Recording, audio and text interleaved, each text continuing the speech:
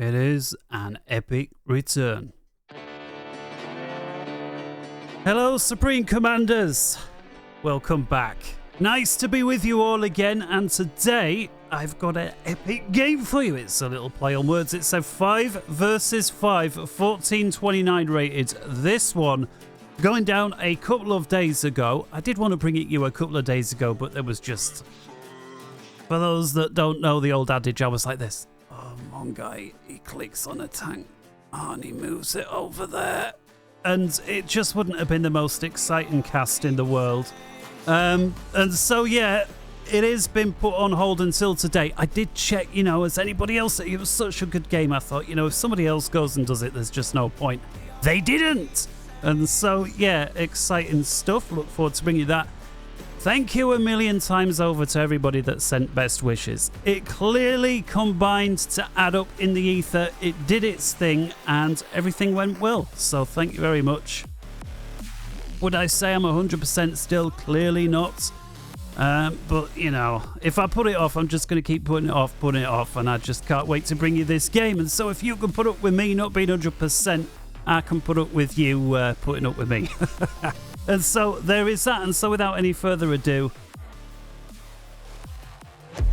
let's go ahead, jump on in. Also, welcome to Mr. Timoman3, who joined the patrons, I think actually while I was away, which was nice of him. All right, let's fade in the sounds. Let's unpause the game. Get rid of that little doodah and we'll take a look. It is on the Neuroxys. And if I just reset the camera, there we go. It is this one, and I'm going to spare you even trying to measure it because I can't, but I know it is an 11.25 by 11.25 kilometer map. Somebody's saying, well, it's a 20 by 20, it's got it in its name. Well, I'll let you figure it out. All right, let's introduce our two teams then. It is, because I realise I've been skipping over the stats on this one, 113 points overall, favouring Team 2. Now on here, it's actually given that favour in Team 1. That is because the FAF lobbying in-game sometimes, just to confuse anybody that decides to cast these games, it sometimes swaps the teams over. It doesn't always do it. It does sometimes. I don't know why. Either way, it's a 22 point per player advantage, favouring in... So let's take a look at the teams. Down here in red, Team 1. So let's just say these guys have got 22 points per player on average advantage. Team 2 over there in green on the northeast side. And seeing as we are with Team 2 at the minute, let's go ahead and start with these guys. So over in the top side from the Australia-New Zealand clan is Glowstick. He's a 1400 as... Well, I was going to say beige. It's a beige. It's orange in it. Let's face it. Orange. UEF going first land. Yes, so I'm just going to have to watch my voice a little bit on this one. Moving further round to his east end is Ban the Fodder, I should say, Lilac. He is 1300. Seraphim going first land as well. Moving further back in heads-up display green, we've got ourselves Majiko in Aeon. By the way, on this guy, on this particular game, if I recall right, everybody bar none chose their faction. Everybody. Usually you get... I'd say usually it's between a third and a half that go random. Some games more, some games less, but not this time. Anyway, this guy is the highest rated player in today's game, the only 2K rated player at all, and I looked at his true skill rating when it's not rounded off. It's 1900 and some, so although the Supreme scoreboard's rounded him off to 2K, he's not quite there, but he's close.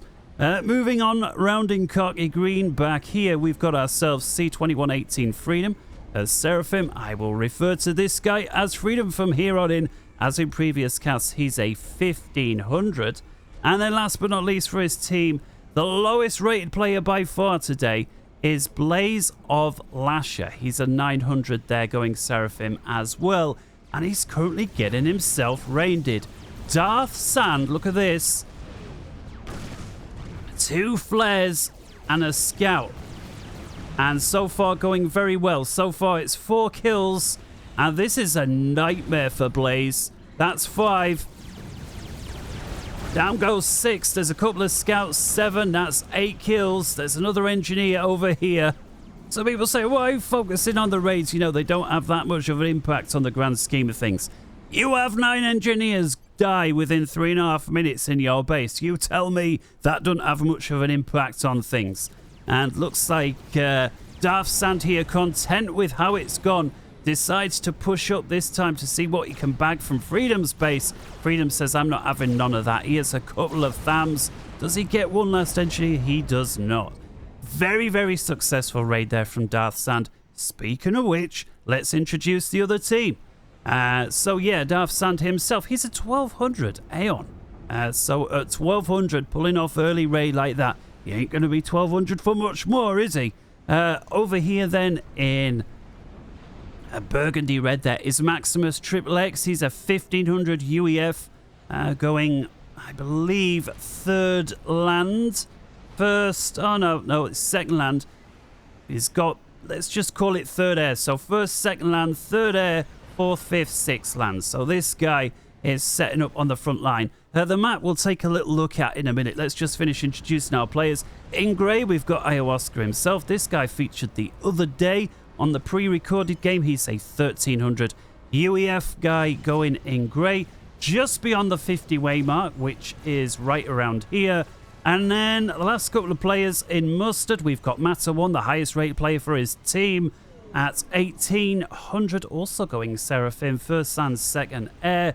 And then last but not least, in Ferrari Red, man, I'm exhausted already, is Gamer9 Triple X, our first Cybran, I believe, and our only Cybran of the game. He is 1400, going first, second, third, fourth, fifth, sixth, seventh land, electing not to go air. And so, yeah, as is typical on the very much smaller maps, there's much less focus on air. You get a 20 by 20 map, legit size or bigger. You get players producing air, if nothing else, to get transports with engineers out. And so, yeah, taking a little look at the map, we've got a bombing run here as well from Mata1. Doesn't get the engineer, does inflict a lot of damage to the power generators. I do like there what Band the Vodda's doing. He's trying to repair so that the next bomb doesn't take him out. And indeed, he's successful at that. Does instead lose a couple of engineers for his trouble. Yeah, so very little reclaim on this one. If we hold the reclaim numbers down there, we see them.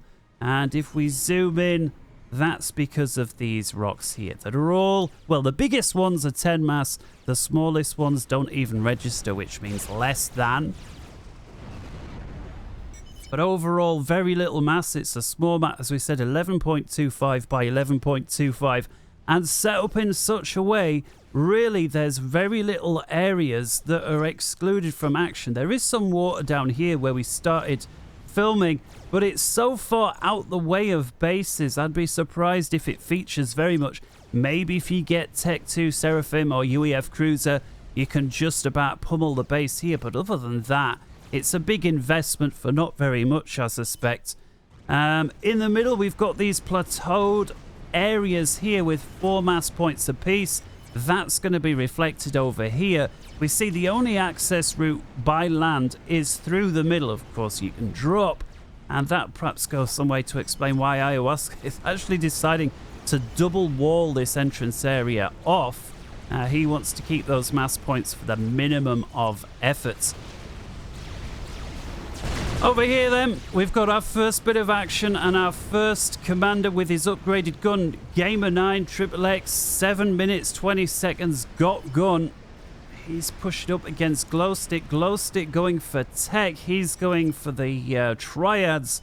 Once he completes that second gun, that's probably going to be enough to completely dissuade Gamer9 Triple X from pushing through. We'll refer to this guy as Gamer from here on in. And so the rushed gun has potentially been muted a little bit by those point defense. That isn't, of course, to say he can't use the gun defensively, but it does look like Gamer's got units anyway at this moment in time. Checking it in on the middle. Both teams jostling a little bit. Ayahuasca again, another guy with the tech upgrade does have the gun as well. So the great thing, as we've said before, the UEF, tech and gun. And if you get the tech first, that gun upgrade's awfully quick, providing you can afford it. This, of course, not the best thing in the world. The tech 2-point defense trying to fire at enemy units through the terrain, thanks to that little cliff there. And, you know, players... Oh, we got tap missile snipe here. Going after Ayahuasca's mass, and he only had one of them there upgraded to Tech 2, and that was the one that ate the missile. So yeah, if you feed units, say park them here, and then this point defense starts shooting at this unit, if the other player doesn't realize, you can exploit that confusion and attack round here. And with this point defense still shooting at a target it can't ever hit, again, unless the player manually adjusts it, it's just a sneaky little way around these things. It's like both players agreeing down here, that is both teams, Darth Sandan together with Blaze of Lash. You know, we're not going to go too heavy on the coastline. Blaze of Lash are actually going so far as to put a wall over there. Back in on the north side now, Gamer 9 with a little run-by attempt. Low stick with his point defense. You see, very good, but they have their limitations. And in this case, the limitation is right around there. And Gamer 9, Triple X, realizes it and pushes through. He does get a few units inside Low Stick's main base, gets a couple of mass points for his trouble, but I suspect he's going to leave behind far more mass than it was worth. That is, of course, assuming ban the fodder in right cheeky now and send this engineer over here for an attack move. I see this a lot. Players capitalizing on teammates' misery and sending in reclaims. I mean, granted, if it's a lazy patrol order from ways back when, you know, you can sort of let them off a hook a little bit. Maximus, Triple X with a big push through the middle. I'll forget there's 4 mass points here. You could argue with this one here, that makes it 5, so 10 just on this central piece. And only one of them remaining in Team 2's hands, and that's more of a technicality. It's just a matter of time until Maximus sends his units back over here.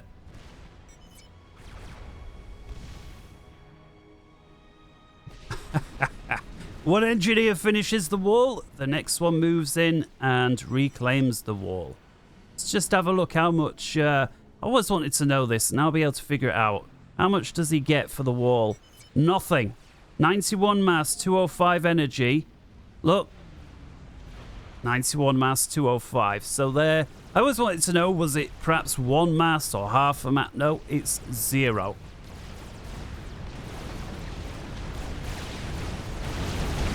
Ayahuasca very far forward with his commander with gun and able to put down the Tech 2-point defense, making him pretty secure.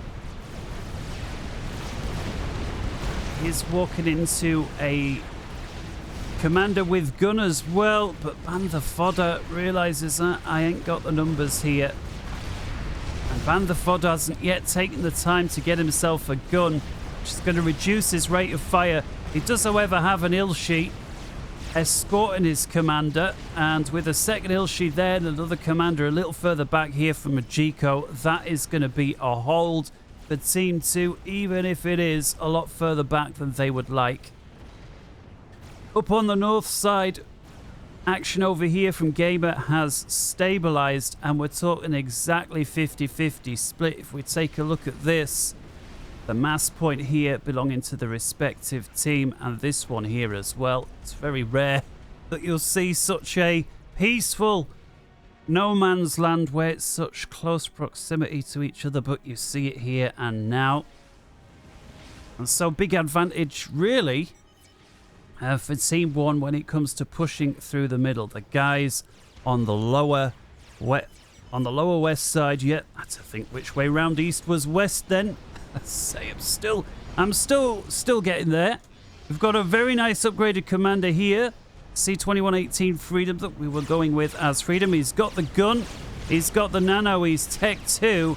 And there's a lot of mass there thanks to the recent action. What have we got there? Now 1,500 overall, and being Tech 2, he can reclaim that awfully quick. And he was enough to shoo Maximus away.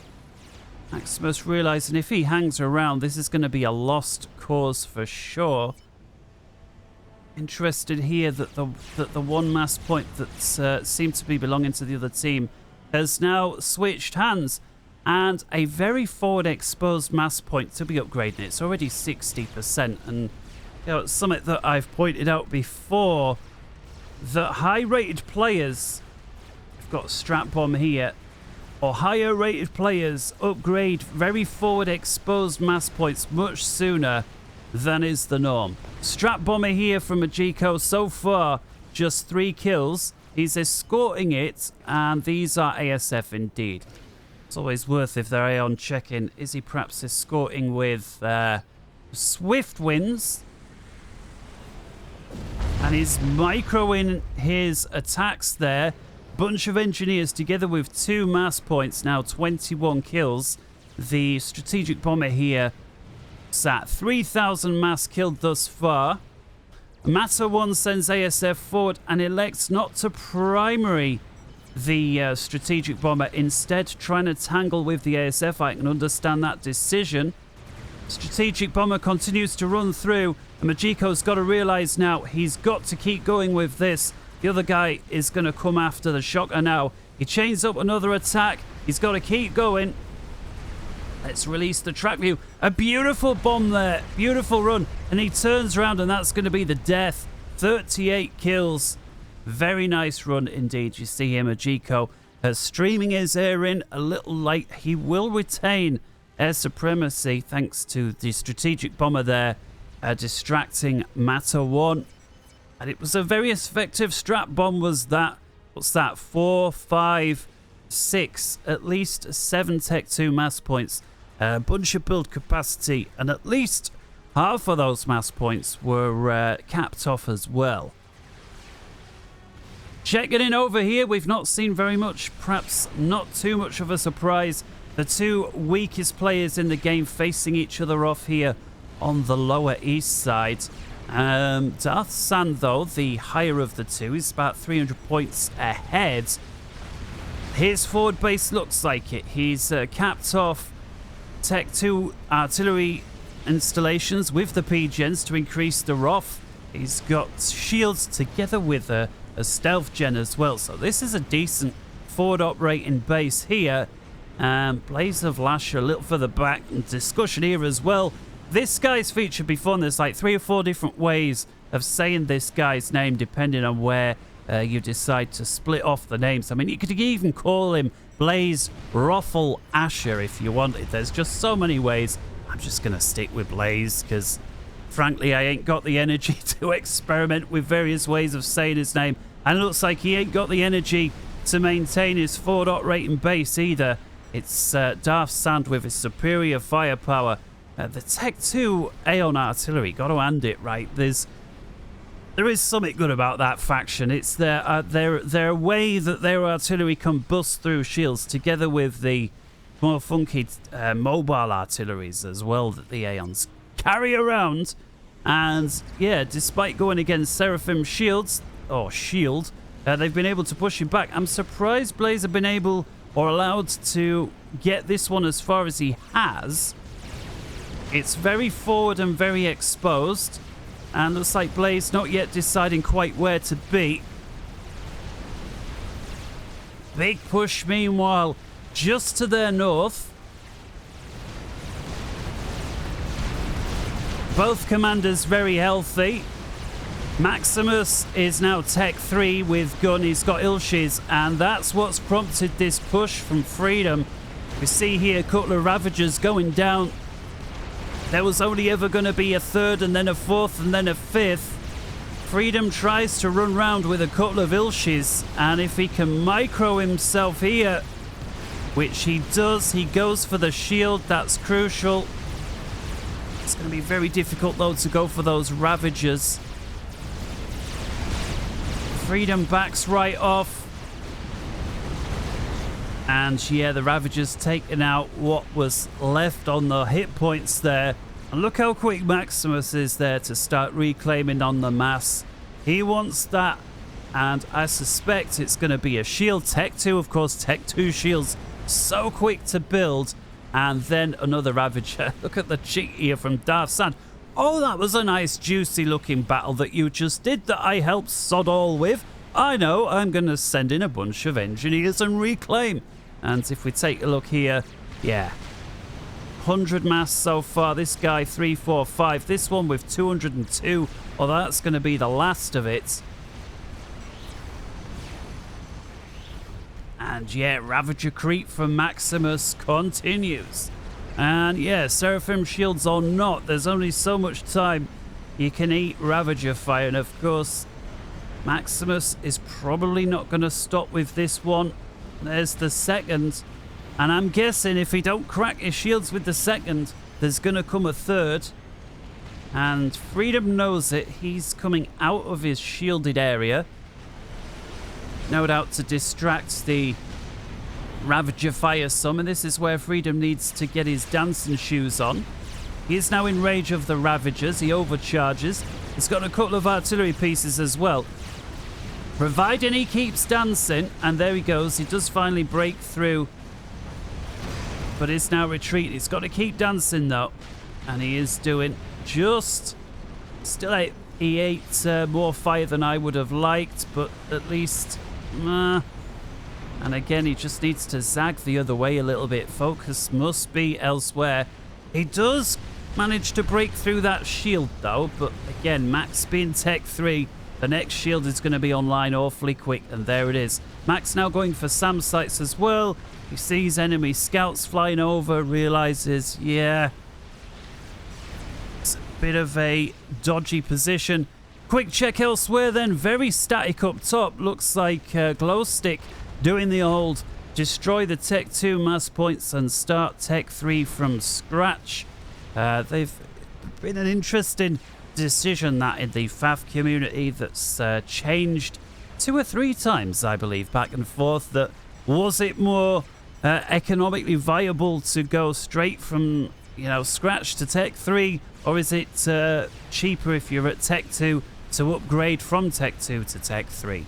And I think the last standing order is it depends how many seconds you can get from Tech 2 to Tech 3. If you can do it in less than, I'm just pulling a number out the ether here, 30 seconds, then it's cheaper to destroy the Tech 2 and just go Tech 3 from start. If it takes you like 3 minutes to upgrade, then you're best just letting it upgrade in its own time. Little run by over here from Maximus, going against the weakest player, I beg your pardon, or the weakest opponent. Why not? Why not try and bust a hole through the side? Blaze does have his first Otham siege tank on the line. That will be okay versus a Titan, but not versus 6.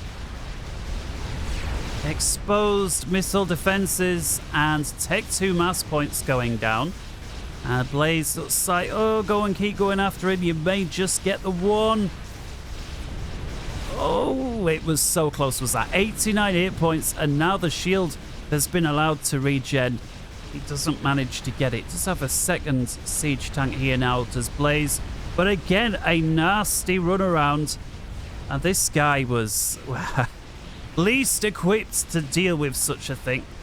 He's now losing his energy storage, which is going to get rid or nullify his ability to overcharge these units. Hopefully, Blaze of Lasher was hip to that and will be able to get himself that sorted out quick.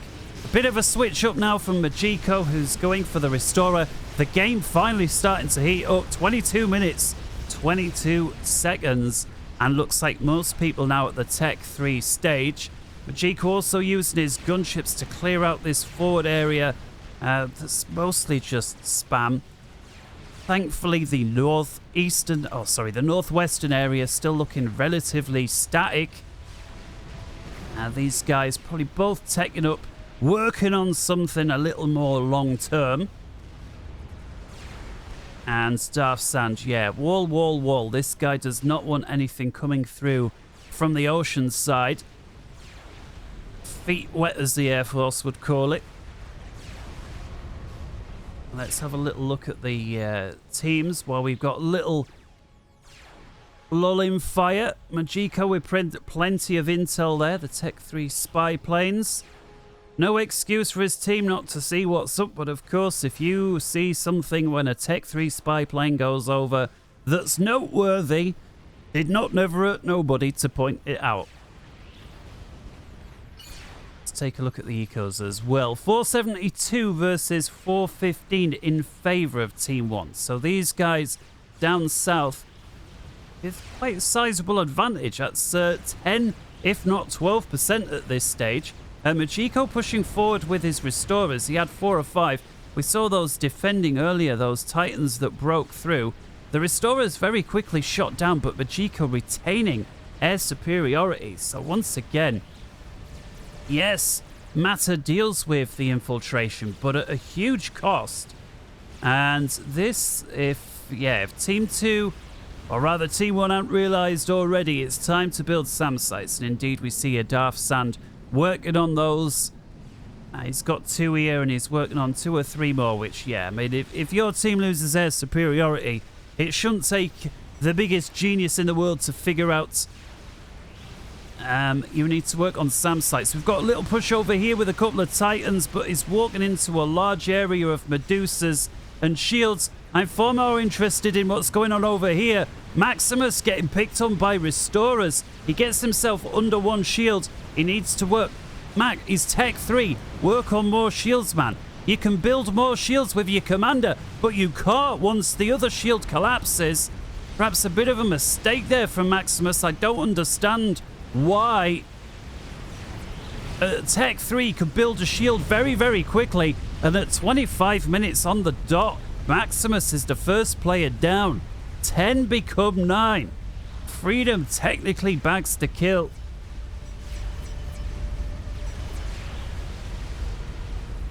Suspect it's had a lot more to do with Majiko's there, although I doubt he'll be too concerned with the technicalities of it. What was left there belonging to Maximus, it is a full share game, gets handed over to Darth Sand, and I like this.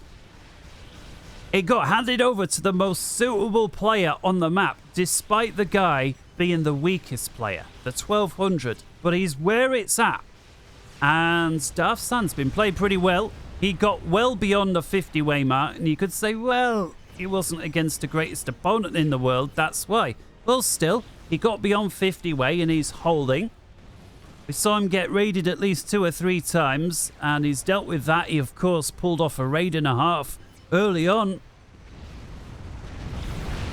Ravager going after a transport with a couple of engineers belonging to Majiko's, trying to get what it could.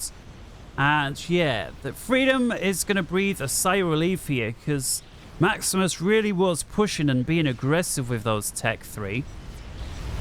Over here, very nice use of the restorers going after high value but vulnerable targets. And the first experimental that we're seen wandering around. 12 kills thus far. No doubt making use of its long-range weapon, and gets caught with its pants down. Almost no anti-air capability. We do see this very pathetic missile that causes almost no damage versus the Restorer. And yeah, now game has been forced to work on Tech 2 flak. Monkey Lord gets under a shield. Look at the Restorers just idly flying by, and they just completely annihilate this place. Although the hit points, yeah, when they clump up too close near flak, that's never a good thing. Glow Stick takes the opportunity to press, but then thinks, no, I'm not going to press while there's a Monkey Lord there, still on full health. And if anything, the Monkey Lord will actually benefit from these Titans thanks to the vet. I doubt that many Titans will be able to shave off more hit points than the Monkey Lord would gain. And with that, Gamer holds, despite having no air, he does manage to get himself enough flax here. That's now the 5th. As we finish the sentence, I'd like to see, if not already, and he does back here have a couple of SAM sites, so I'd like to see him bolster his anti-air capabilities, perhaps with some mobile flax or even bouncers. Again, just feels that this Monkey Lord is a little muted in regards to how effective it can be if every time it wanders away from these static anti-air facilities, it comes a cropper. Elsewhere, things looking pretty static. So let's have a look here how this Monkey Lord does versus these Titans. And there we see it. It's got its first rank of Vet. Just 2 Titans left. 34,000 hit points with 35 hit points per second going back onto the clock. Sometimes, like, you know, every once in a while I watch one of my old videos back just to see if it went how I imagined it when I'm casting. And I'll say something like, oh, 35 hit points a minute, and I think, why am I saying minute? It clearly says seconds, and I have no answer for you. I have no answer for you. Actually, I do. It was something to do with the operation. Actually said to me, were you suffering with brain... This is after. So whatever he'd done, he said after, were you suffering with brain fog? And I said, well, I don't think so. Perhaps some of you beg to differ. Yeah, Darth Sand here is, he's electing to front wall and just, rather than continue to push, building up something in back, which is a great tactic, unless, of course, enemy team decides to nuke. Maybe Darth Sand says, yeah, but I'm scouting and I can see they're not building one. Why waste eco on an anti-nuke if they're not going nuke? Well, Band the Fodder has got himself a chicken through a hole, very weakly defended. It's a full health chicken.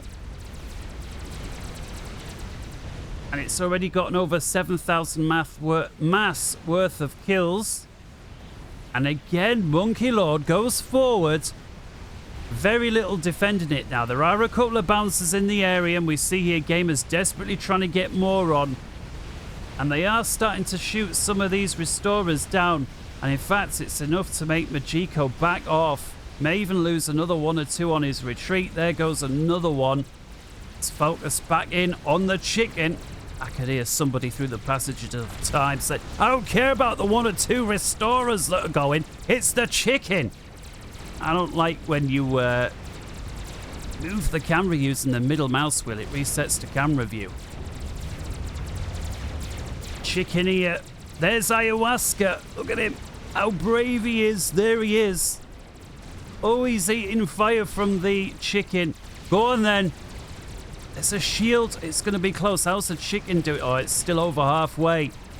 Ayahuasca, I'm not feeling very good for your long-term health. And there it goes. 30 minutes, 45 seconds. Our second player is down. It's a 5 versus 3 in favor of Team 2. Let's get the camera zoomed out so we can see what's going on. Chicken continues to press. It's still got 2/3 health and it's up to its second rank of Vet. We've also got a push over here with a GC. I hate pausing, but you know what? It's that time where I'm going to have to pause. Apologies for the interruption there. And so what we got here, Rambo ACU going up against the GC on the east side, and on the west side we've got the chicken. The chicken now running into another chicken from Matter 1. Could not come soon enough.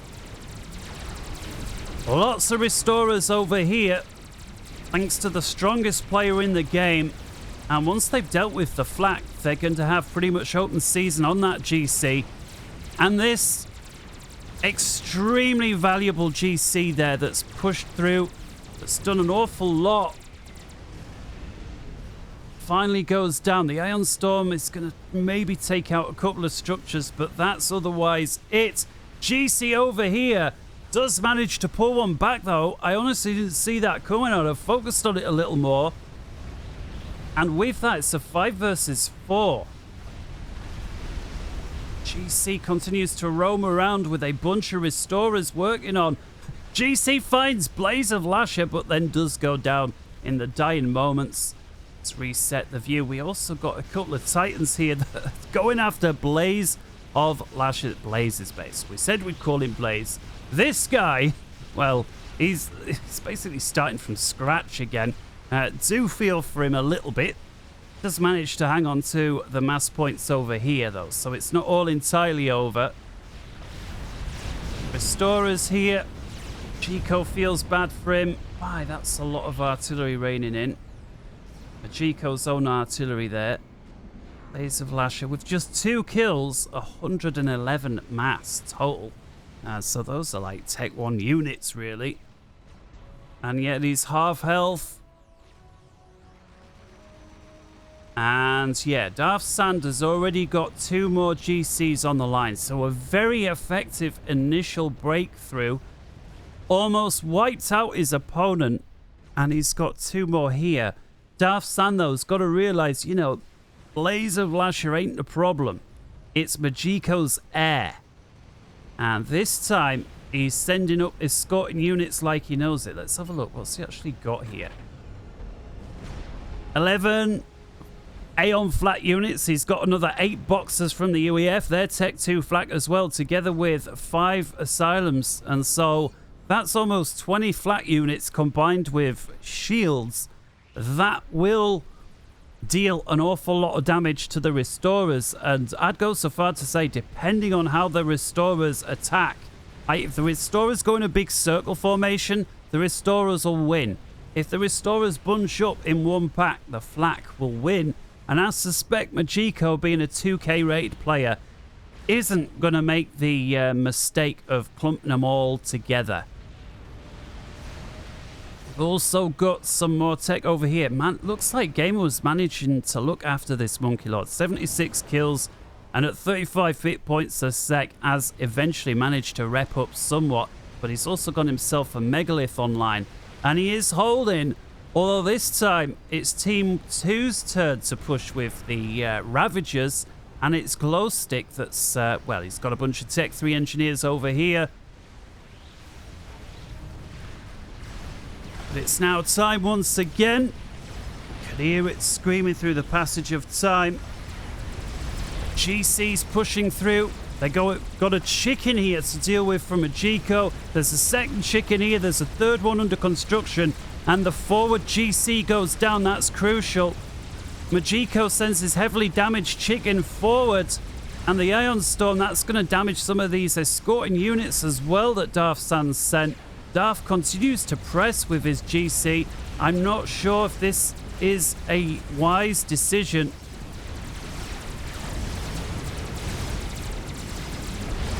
And there's why. Don't think it took the biggest crystal ball ever to figure out that was going to be a hold for Majiko, and arguably a very sizable win. If we take a look at the mass that's been dumped, if I zoom out a little bit, there we see there's 100,000 mass there now. Switching back to the northeast side, or rather the northwest, I'll ever forget this, get it wrong. Gamer is pushing, and he's managed to inflict a lot of damage with these 2 units, but quite an expense as well. Van der Vodder gets a crucial chicken over there, and that chicken is, as far as I can tell, the only thing that would have prevented Glowstick's forward operating base from getting overrun. Gamer manages to creep the Megalith back, but it's not enough. Some careful micro. And once again, Van der Vodder has a chicken with a seemingly wide open door. All of these units are bouncers, anti-air. Gamer needs to get them out of dodge, and quick. I don't see any reason to hang around here. Glowstick managing to trickle a couple of Percys through as well. Gamer finally does get pinged and realizes, oh yeah, gotta go. He's trying to knock together another Monkey Lord, and this, I suspect, will be enough. But he needs to get it online and quick. How else we doing? Bit of a counter-attack here as well from Majiko. He walks the chicken forward. This ain't going to get through, but there's going to be quite a nasty Ion Storm here that may take out Darth Sans' forward operating base. We'll check him back over here. Monkey Lord gets on. Oh my goodness, was that in the nick of time? Gamer tries to assist the Monkey Lord with his drone kennels. And the chicken there from Van der Vodder. Perhaps a little mistake. He didn't continue to walk it forward, but again, tension no doubt elsewhere. It was a critical moment. Gamer tries to pull his Speedy bot out of position so he can keep it alive. We also got some strategic bombers now from Matter 1, as well as a chicken or 2 of his own. And so Mata, who's arguably been a bit quiet in the last 5 or 10 minutes, suddenly appears with a fat boy, 2 chickens, and a bunch of air. Together with, it's just a Tech 1 bomber. And so our first little, I was going to say ceasefire, but it's not really a ceasefire. And I love that play. Mata 1, the 1800, hands off the experimentals to the 14. Again, huge props. We don't see this enough. Again, it's not that we don't see it, but we don't see it enough. I really like that. Mata 1 realizes he's got enough on his plate with what he's already doing through the mid and the air. Let the northern flank go to the player who is there. Nagalis. Gamer 9 at 14 is not like he's a noob anyway. Let's have a little look at the ecos overall. 1.66 million versus 1.4 in favor of Team 1. And so once again, the guys on the lower west side with the advantage. It's still, well, it's more than 10%. It's not quite 20, but it's certainly between the two. And Darth Sand looking very dangerous here. 4 GCs on the front line. A bunch of escorting units. And at first glance, I'm wanting to say spam, but it's not. There's only 1 spam unit here. The rest of it is shields. We've got 37 flak units as well as 9 mobile SAM units. We've got 11 Cougars. So this here is mobile SAM site. I always like to say SAM site city, but it's not really a city, is it? It's mobile SAM site central. Got to be something with that starts with a letter C. And it's pushing through. And Darth Sand, well, it's that time, innit? Let's just hide the scoreboard real quick. I'm going to try not have to pause this time. Restorers there. Mata 1, big air fight. We've got fatties over here. We've got so many GCs here. But eating a lot of fire. That's 2 chickens down in quick succession. Major air fight at the same time.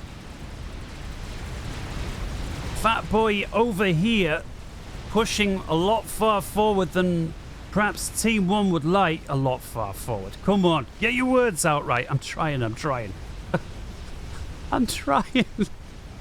It's a fantastic game. And look at the devastation that's been left there. And yeah, Team 1,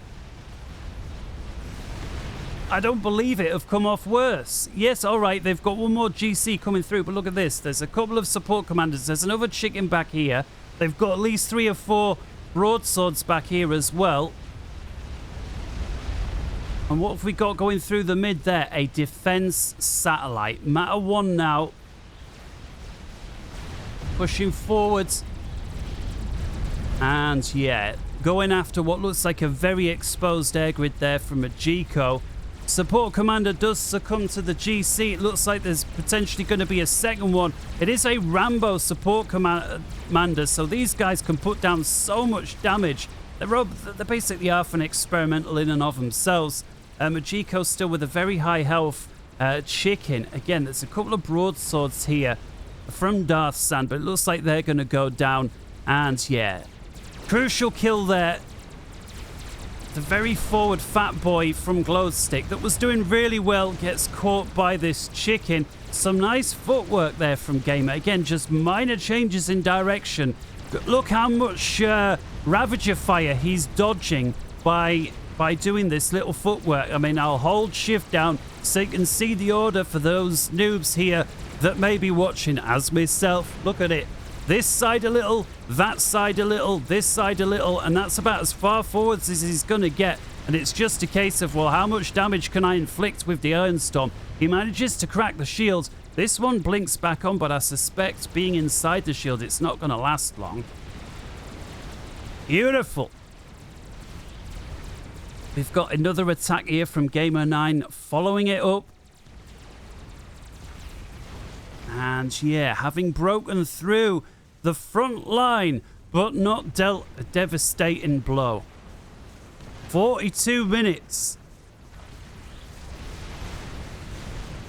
Let's have a little look at the kill to build ratio, not the kill loss, the kill build ratio. Well, look at that, it's neck and neck, 0.43 and 0.42, ever so slightly in favor of Team 2, which means these guys on top, for every mass that they've been spending, they've been able to get slightly more kills in return. And that may change even more or not, depending if this nuke connects. And unfortunately for Team 2, it does not. And that shows it flew right over Gamer's forward base. That could have knocked a hole through. We'll check just how close that nuke defense was. Just want to see how this chicken does here from Gamer.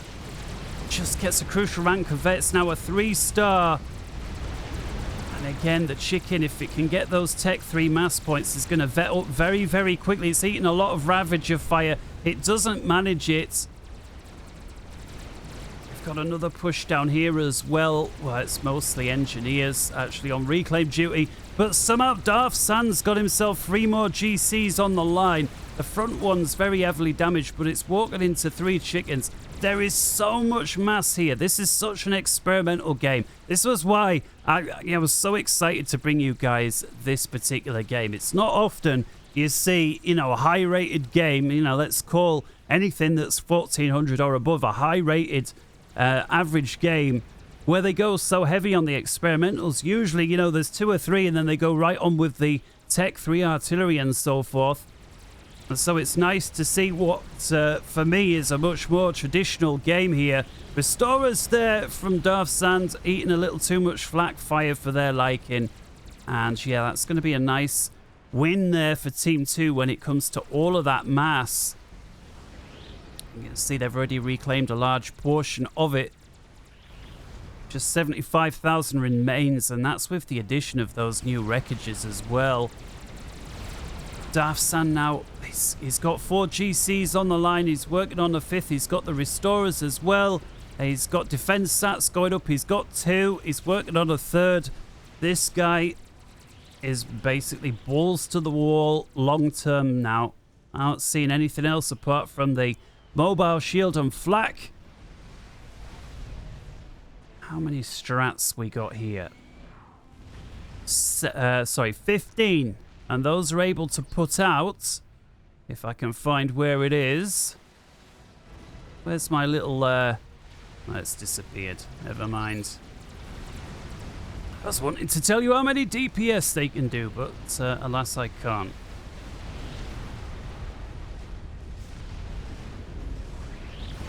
Yeah, go on then. 45 minutes. Who do you think's going to win this? Someone's saying, well, I don't know. Let's have a look at the bases. It looks pretty 50-50 at first glance. Yes, it does, doesn't it? All right. So, glow stick here. Hang on. I just saw buku movement on the southwest side. We've got 19 strats from Matter 1 doing their thing. And they're heading this way anyway. So Glowstick's base looks like that. I mean, he's SimCity 2000. At first glance, I thought that was an air grid, but it's not. It's SimCity 2000. Gamer's pushing in with his megalith, and very little to stop it. There is a solitary fat boy here from Glowstick, but he's going to have to continuously retreat with that. The strat bombs from Matter 1 are going in, and they are going after Glowstick's SimCity base, together with the nuke launcher. And they've got it. It's lobbing the towel time. Glowstick's entire SimCity base. Look at all those little particles that fly in the air now. That's been a new addition from the FAF team. I am keen on those.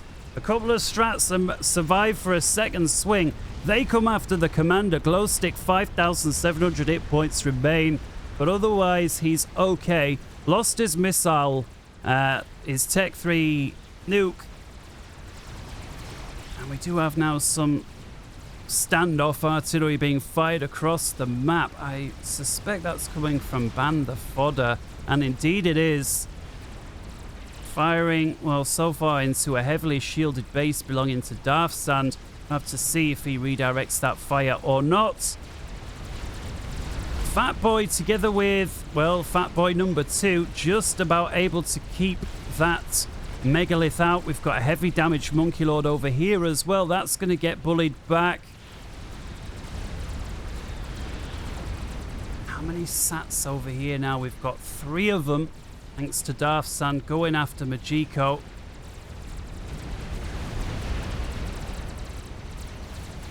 Big push down on the south side. Majiko as well. And they're eating right into Darfsand's forward base. His forward operating base been completely pushed aside. He's got forward structures going down. And importantly here, he's got 3 defense sats together with a nuke defense very exposed. Matawan forced to bring his strategic bombers to try and defend. Goes after the most heavily damaged GC first. 48 minutes.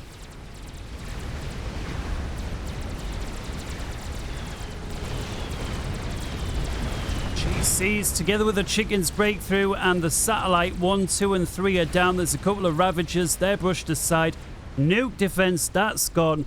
And yeah, to me, Majiko there, that's mission complete. He's still got a lot of enemy strap bombs in the area, and it doesn't look like there's a lot that Team 2 can do about these strap bombs. So best thing Majiko can do is split off his experimental units, which he's done, and try and make it take as long as possible for Matawan to deal the damage. And let me just pause real quick. It's that time once again. I realize this is such disruptive, but where are we? We've got a push over here from Matawan as well on the ground, so let's unpause. 3 chickens have broke through that little passage. Ban the fodder, running away. Experimentals down here are slowly starting to fizzle out.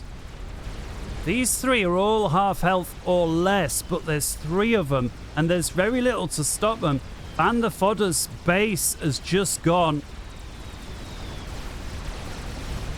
Oh, very forwards. Tank there eats a wall of Ravager fire, and it looks like Ban the fodder's going to be next, and indeed he is. He goes down. Matawan splitting his chicken butts apart, sends one of them towards the GC, which is a very good move. It couldn't win anyway. And I suspect we can go back to single screen as these 2 chickens continue north, ravaging glow sticks forward base. Not that one.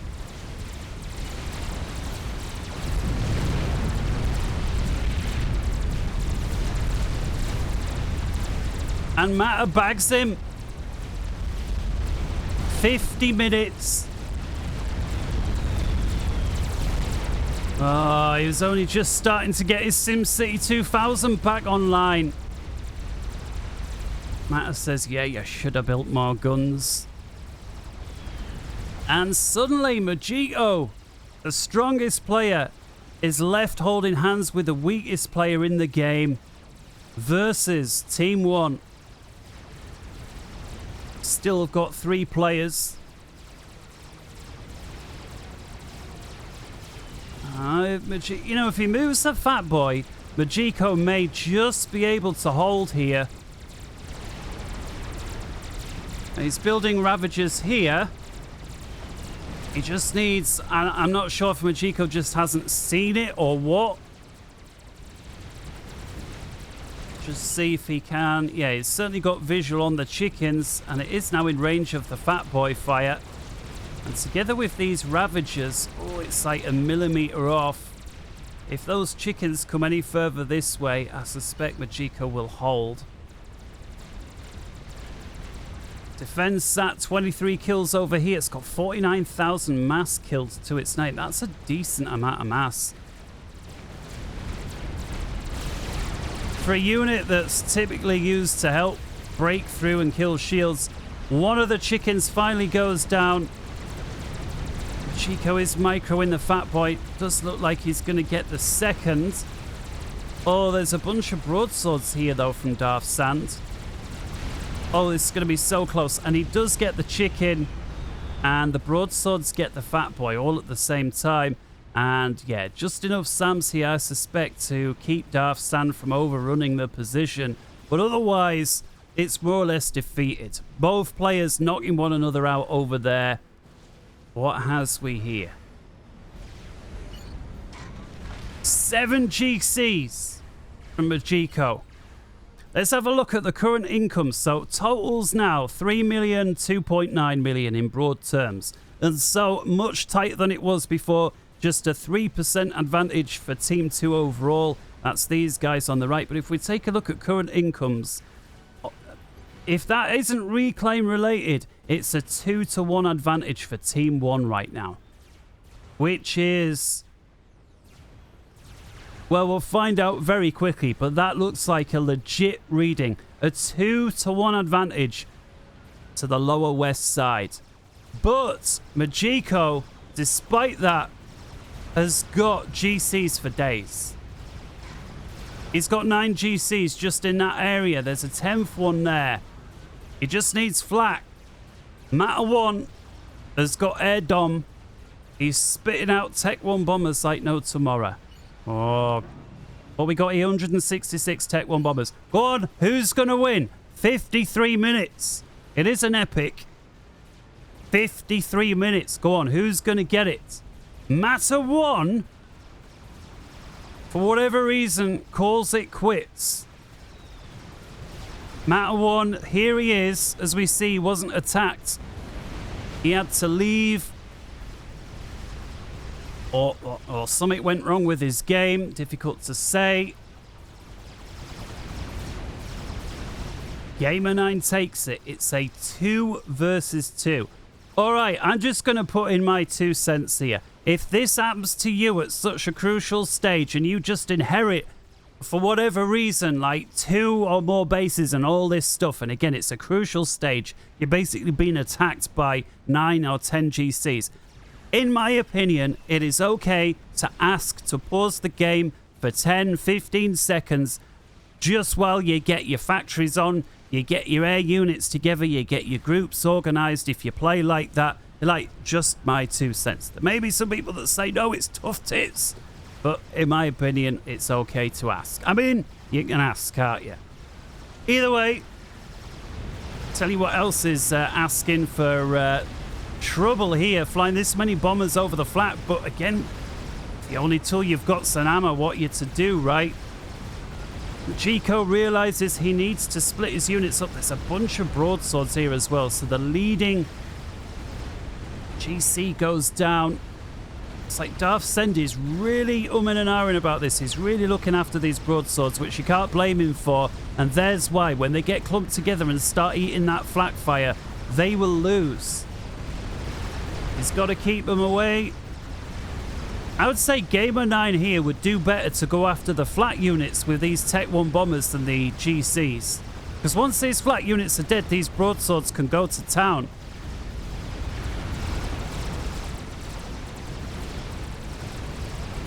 We've got a Monkey Lord over here wiping out that northwestern base that Majiko inherited. That was basically nothing left to stop it.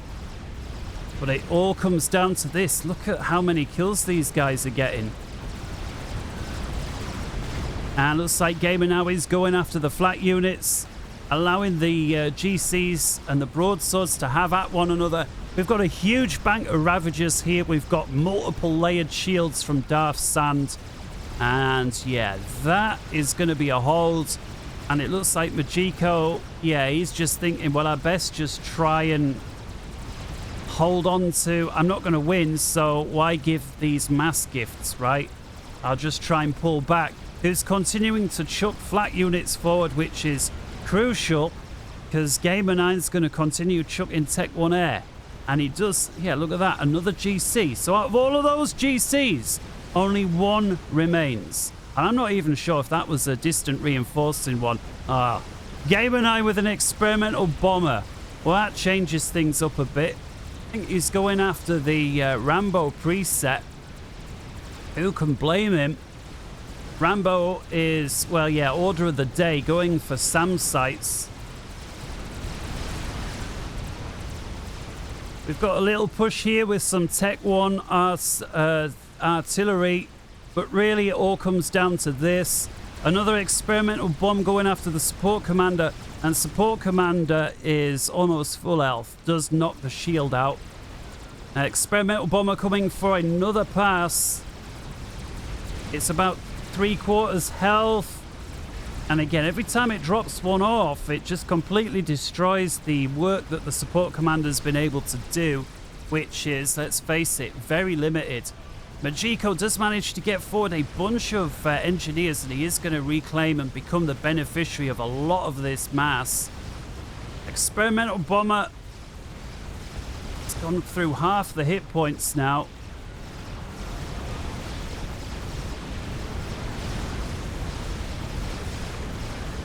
Just one more bomb should do it on the Rambo preset. And the experimental bomber taking no damage. I think Team 2, despite being ahead with all those, they've got no air at all. There goes the support commander. And we've seen again just all of this Tech 1 bombers. We've got defense sats going after experimentals. I mean, it's legit, right? It's legit. And over here, Darth Sand, who's been, you know, engaged on the southern side on the map all game, has switched up. He's stuck his broadswords where it'll hurt, together with a Monkey Lord there from Gamer. And this looks like a wide open flank. There is a very well placed chicken here from Blaze of Lasher. That will deal with all of this spam coming through. Experimental bomber now very heavily damaged. Must have turned over some of this anti-air a little too long. Look how many kills these SAM sites are getting. 12, 11, 7, 12. And we've got a nuke out. Let's keep an eye on this experimental bomber. I think that's going to be it. And it is. The experimental bomber shot down. It's a very aggressive nuke. 58 minutes. Oh, that is so much damage inflicted on those ASF by all the flak. Nuke comes in, and pretty underwhelming nuke. That one does break through though. Monkey Lord coming down. Chico putting everything he's got into this Tech 3 shield. Monkey Lord, 62 kills. It's a 4-star buy. That's a bank and a half of Oblivion point defense. Surely the point defense get the monkey. Look at all those particle effects. Beautiful. And the Monkey Lord is down.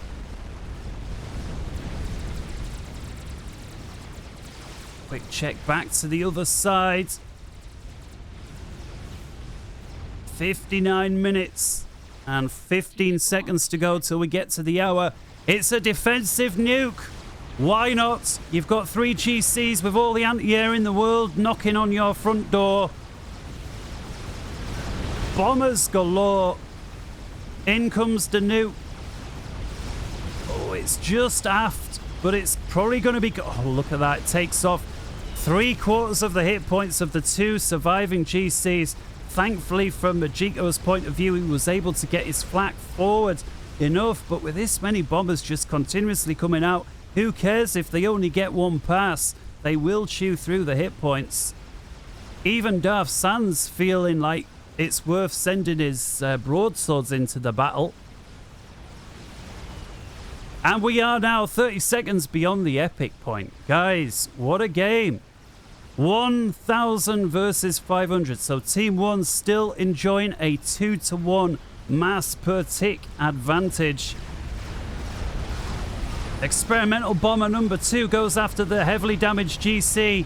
First bomb connects. The second GC here, just 50 kills.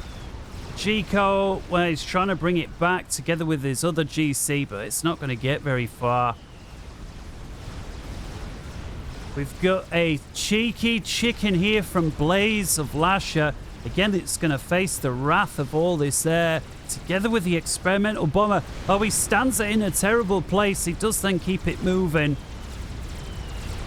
I think silver lining is the Tech 3 Air HQ here from Gamer that he inherited from UEF. But no, the chicken once again stands still. It doesn't get close enough to inflict damage. To make up for it though, Blaze of Lasher does send this one through. All of these mass points have been Tech 3 together with the air repair pads. It's a legit target. He's got one of them.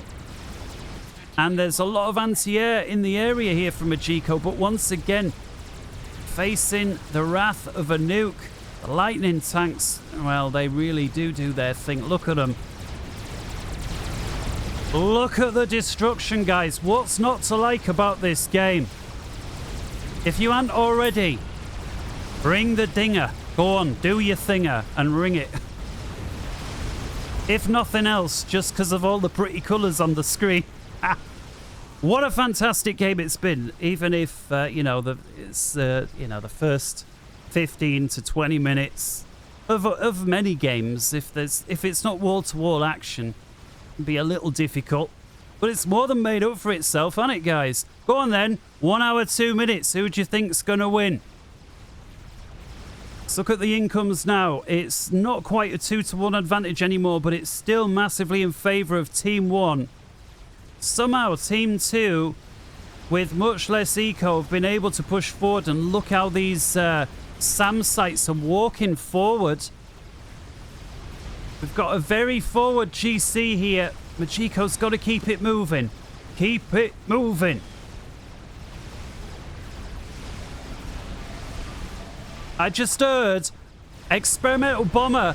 Oh, Gamer has gone round the side rather than face head on with a fight that wasn't really going his way. Gamer 9 XXX thinks outside the box. He's got 3 experimental bombers on top of Majiko's commander. And, well, just 3 bombs later, Majiko is dead, KIA, and that leaves Blaze of Lasher, the 900 rated, the weakest player in the game, and he decides, no, that's it, I can't do it. And with that 1 hour, 3 minutes, 31, we have our winners. Ladies and gentlemen, YouTubers, Supreme Commanders, friends, well-wishers, and everybody else, brilliant to be back. I hope next time I'll be even more with it. And until next time, I really hope you enjoyed that game. Until then, wherever in the world you may be, good morning, good afternoon, good evening, and good night. Take care from me and my main base and my healed up chassis. Ta-ra. See ya.